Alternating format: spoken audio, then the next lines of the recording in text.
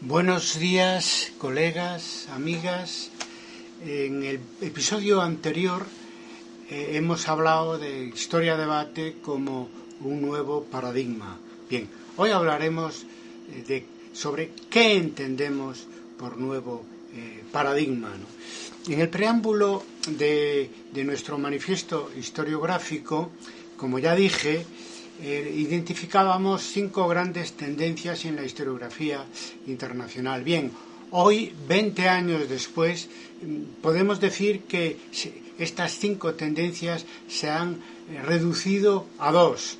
Por un lado, los partidarios de volver al positivismo del siglo XIX y por otro lado los que estamos practicando un tipo u otro de nuevo paradigma. En el primer caso estamos hablando de una tendencia pasiva, no organizada, pero muy presente, mirando hacia atrás, ya digo, después del fin de la revolución historiográfica del siglo XX, y en el otro caso, el de los nuevos paradigmas, pues somos claramente más activos y miramos hacia adelante, que otra cosa se puede decir de un siglo tan diferente del anterior como es este siglo XXI.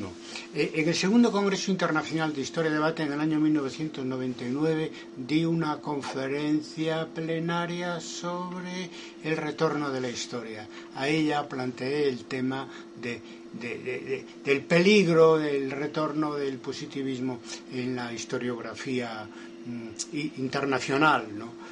Bueno, algunos me llamaron pesimista, pero yo no suelo ser pesimista y tenía razón.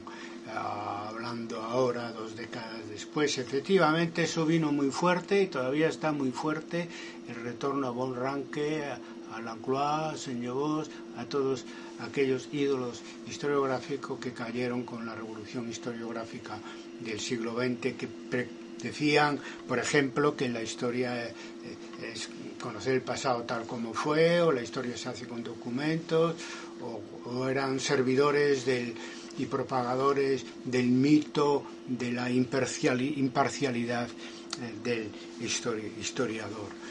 En una conferencia transformada después en artículo del año 2012 sobre el oficio de historiador, yo presentaba unas pruebas indiciarias de este retorno de nuestra disciplina al paradigma decimonónico, ¿no?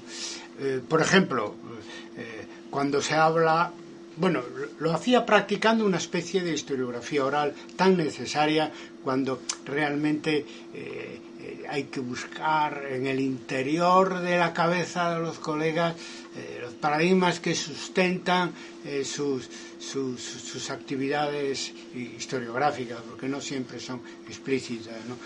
Pero sí se transmiten lo que se habla, lo que se dice dentro y fuera de los despachos, en los pasillos, en las comidas que se hacen durante los congresos, y eso va a misa. Por ejemplo, paradigmas o pruebas indiciarias del retorno de la vieja historia. Cuando se dice, una buena historia es la que se hace con documentos.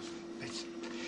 Otra, por ejemplo, cuando se habla de el historiador tiene que ser neutral, en fin. Otra, por ejemplo, cuando se tacha de relativismo todo intento de hacer una historia que no sea objetivista de una manera absoluta, cuasi religiosa. Otra, decir que la reflexión sobre la historia no la deben hacer los historiadores, sino pues, los filósofos u otras ciencias sociales, ¿verdad? Otra, decir que el historiador no es un juez, por lo tanto no tiene que opinar sobre la historia pasada, lo que nos hace cómplices de muchas barbaridades históricas que se cometieron y aún se cometen hoy en día. Otra, decirle a los jóvenes que eres demasiado ambicioso, ¿verdad? Transformar el tema de la ambición tan necesaria para el progreso de esta o cualquier otra disciplina de investigación, disciplina académica, es algo malo, negativo, ¿verdad?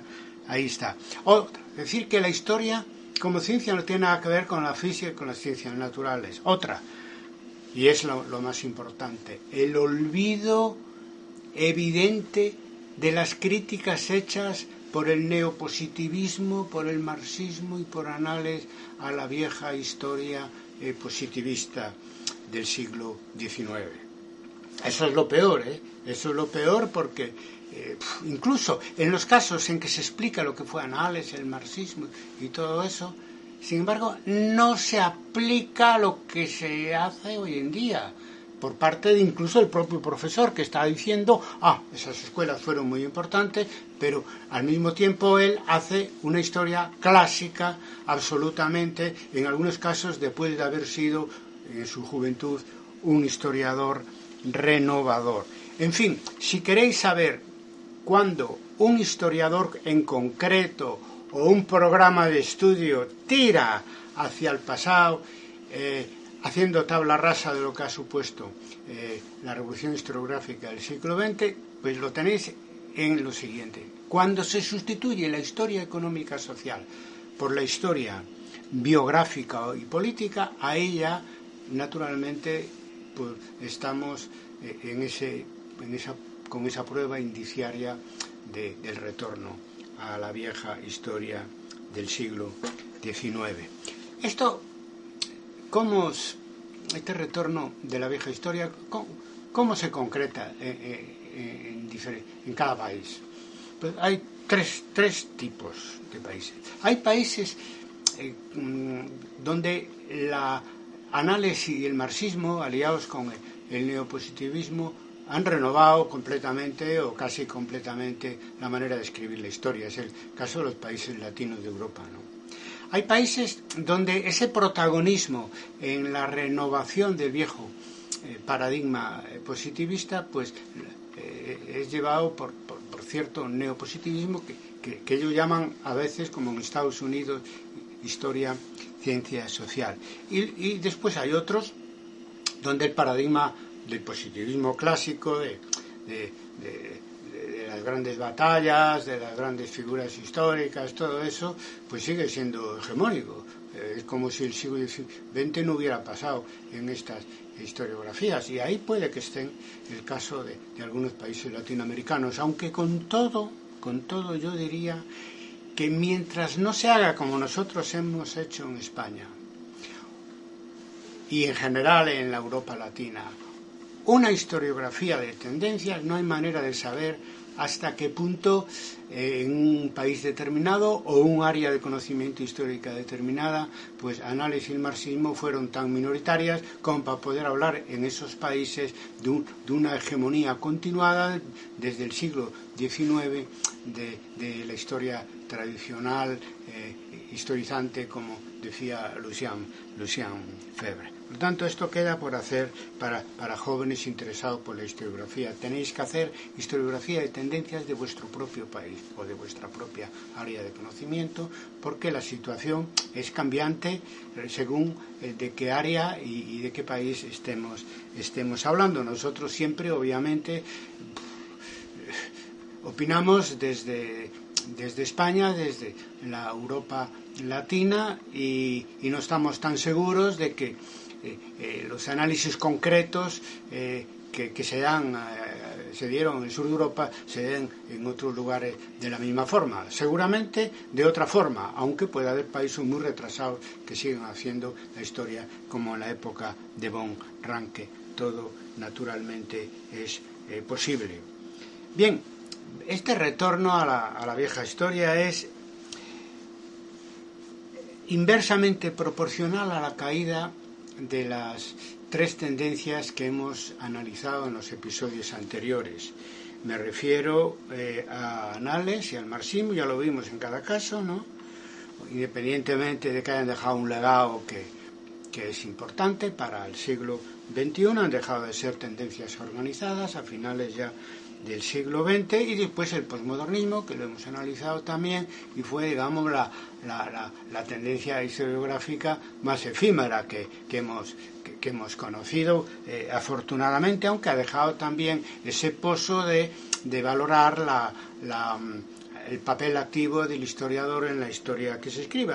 Conclusión a la que habíamos llegado anteriormente ya otros, sin necesidad de renegar de la modernidad y de la ilustración, naturalmente, pero así es como, así son las cosas, ¿no? En el mundo anglosajón el posmodernismo ha jugado ese papel positivo de subrayar el papel del historiador en la escritura de la historia. Todo eso, de estas caídas, de estas tres tendencias que han un poco desaparecido ya, como en el siglo XXI como tendencia historiográfica organizada, se ha dado pues en el contexto conservador, ideológica y política y filosóficamente hablando de los años 90. Sin embargo, al tiempo que caían esas tres tendencias y volvía el positivismo, en el siglo XXI la historia se acelera y por lo tanto la historiografía se acelera, por lo menos la parte más dinámica de nuestra comunidad internacional o nacional de historiadores. Y hay tres datos. Primero, la digitalización de la historia y la nueva interdisciplinariedad, no pensada, bueno, por algunos, yo sí lo planteé hace mucho, ¿no? Pero generalmente no se planteó, pero sin embargo se practica, en el sentido de que hoy es muy importante la interdisciplinariedad de la historia con las ciencias naturales, desde la biología, pues yo qué sé, hasta ciertas partes de la física, pasando por la informática y las nuevas ciencias surgidas de la revolución tecnológica. Por lo tanto, hay una nueva interdisciplinaridad, hay una digitalización de nuestra disciplina.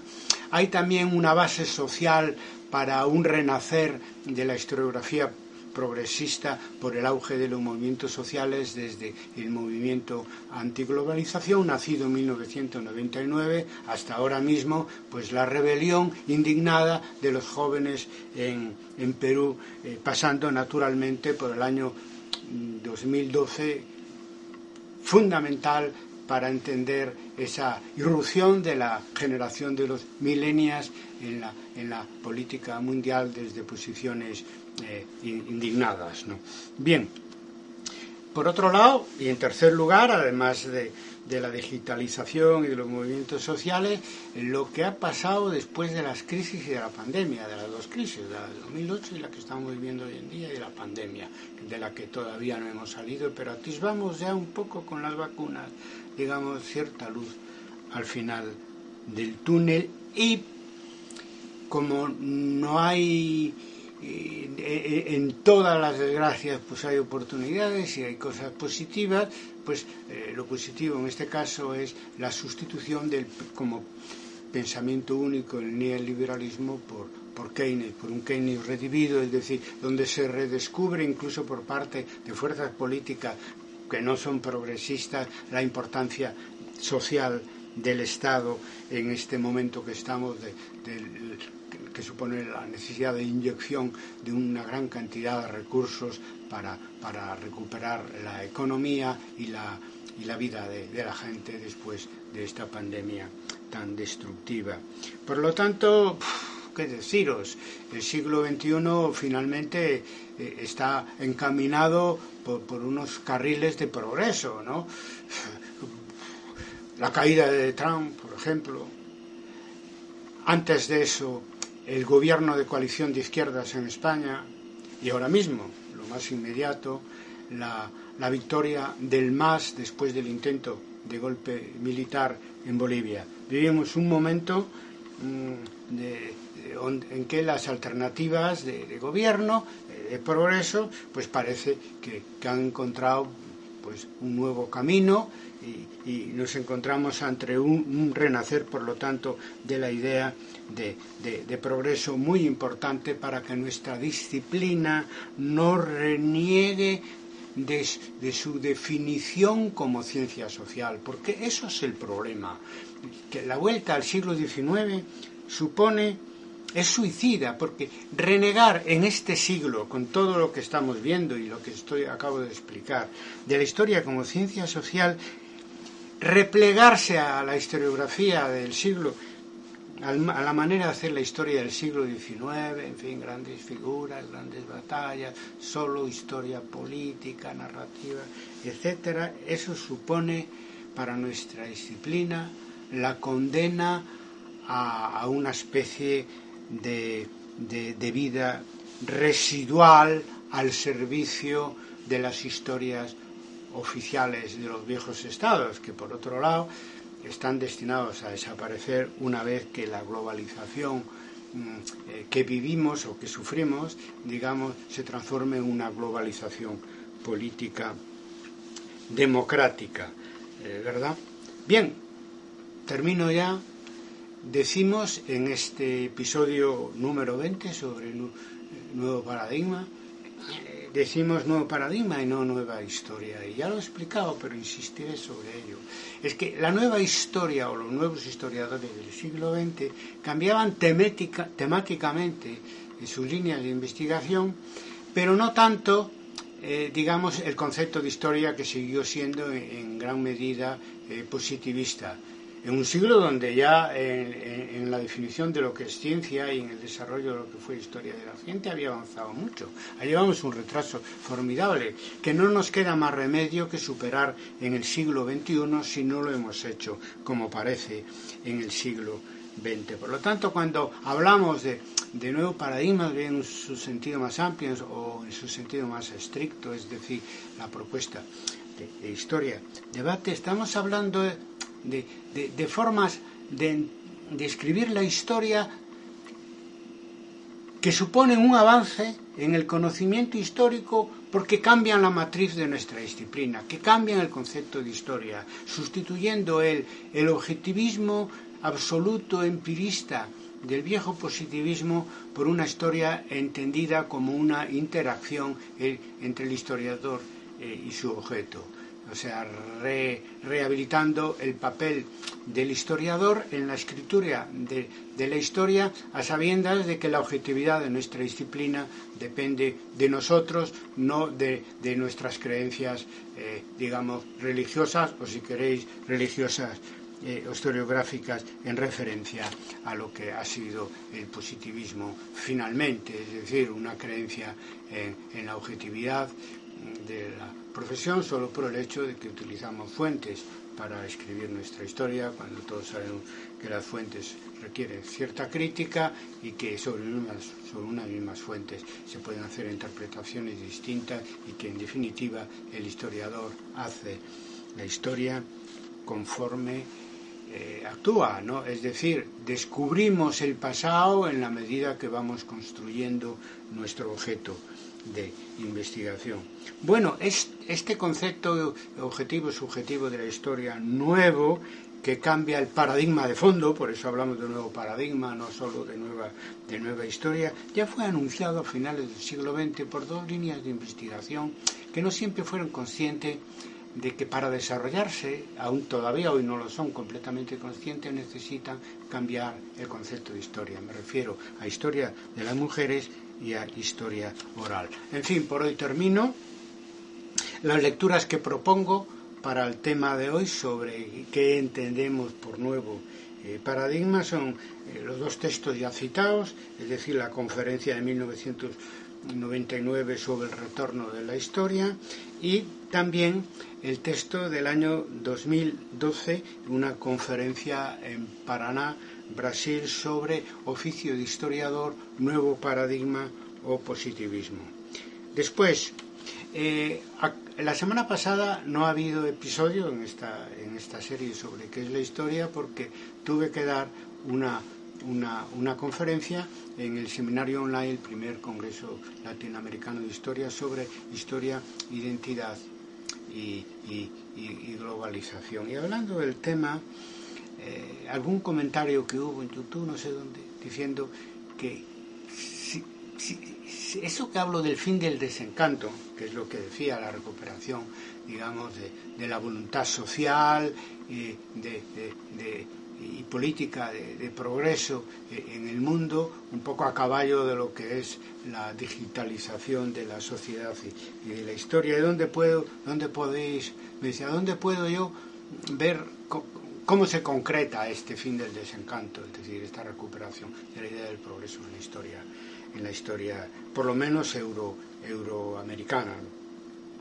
Bueno, yo creo que hay textos, pero sobre todo mucho material multimedia de lo que llamamos Historia Debate.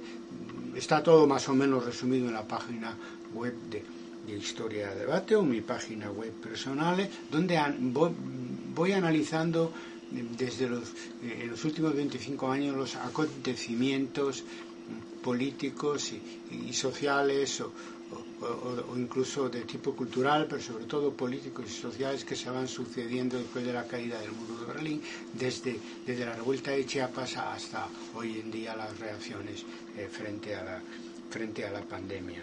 Por lo tanto, sobre esto tenéis ahí múltiples textos, vídeos y audio, lo que ahora se llama podcast. Nada más. El próximo episodio será sobre, ya entraremos con más detalle en lo que es nuestro manifiesto historiográfico para el siglo XXI. Nada más, mucha salud para todos y todas.